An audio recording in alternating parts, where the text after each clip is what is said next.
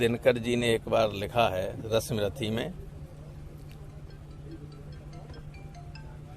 कि जब नाश मनुष्य पर छाता है पहले विवेक मर जाता है। तो वही स्थिति है।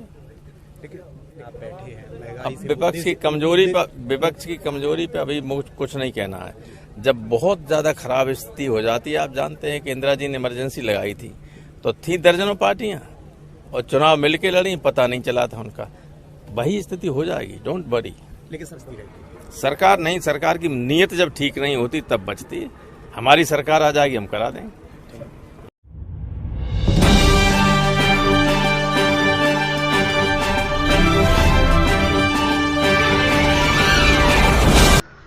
राम गोपाल का बड़ा बयान, साधा बीजेपी पर निशाना। जब नाश मनुष्य पर छाता है तो विवेक पहले मर जाता है। यही हाल है बीजेपी का।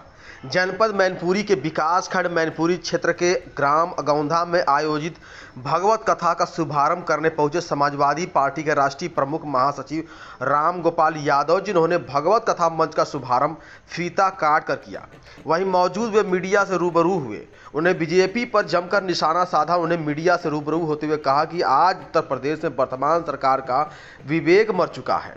उन्होंने एक कवि की पंक्तियां पढ़ते हुए कहा कि जब नाश मनुष्य पर छाता है तो विवेक उनका मर जाता है। यही हाल उत्तर प्रदेश सरकार का है। उन्होंने कहा, इंदिरा गांधी ने देश में इमरजेंसी लगाई थी।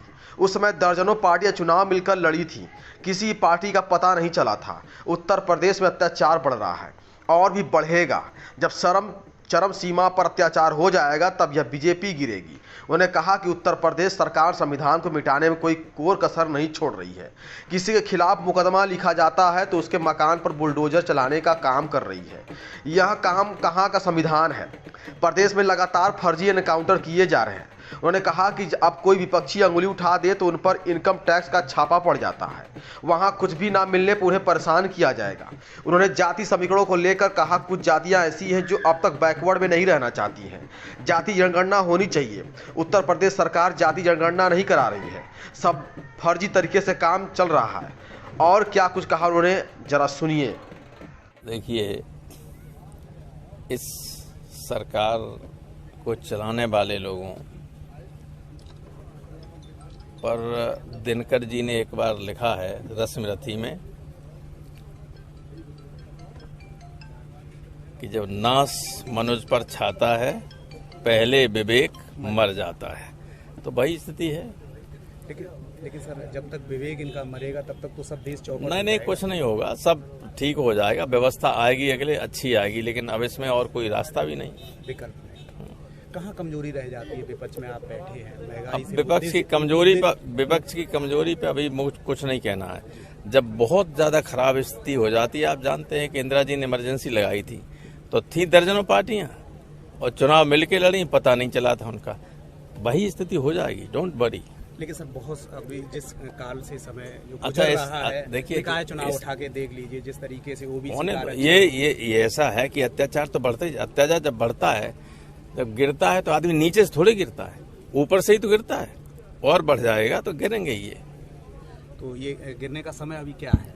क्या अभी दौर चलेगा इनका? अभी मैं ज्योतिषी नहीं हूँ, लेकिन ये जानता हूँ कि गिरेंगे अवश्य। लेकिन काव्य की बात कर दी, दिनकर की बात कर रहे हैं, कवियों की बात कर रहे हैं, तो भविष्य में ये बात ठीक है कि समय बड़ा बलवान है और परिवर्तनशील है। एक दौर था 1975 का इमरजेंसी का, जब मिनी संविधान कहा गया था उसको।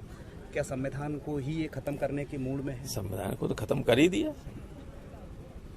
फंडामेंटल राइट संविधान की सबसे पवित्र चैप्टर है, सबसे पवित्र। जब उसी को खत्म कर दिया है, कोई कानून नहीं है किसी के मकान में बुलडोजर चला दो, कहीं लिखा हुआ है। अगर हमारे खिलाफ मुकदमा कायम हो जाता तो ये कहाँ लिखा हुआ कि इनके घर को गिरा दो? ये कानून का प्रोसेस है, कोई नहीं। आप आदमी की जिंदगी को संविधान में आर्टिकल 21 में मौलिक अधिकारों में जीवन के अधिकार मौलिक अधिकार है और बिना ड्यू प्रोसेस ऑफ लॉ किसी के जीवन को नहीं ले सकते। तो वो भी लिया जा रहा है, एनकाउंटर हो रहे हैं फर्जी। 356 का उपयोग करते नहीं है। 356 की जगह सरकारें जहां हमें, अब सरकार ने सब अपने हाथ में ही ले लिया। अगर कोई कुछ कह दे तो कल उसके घर पे इनकम टैक्स का रेट हो जाएगा।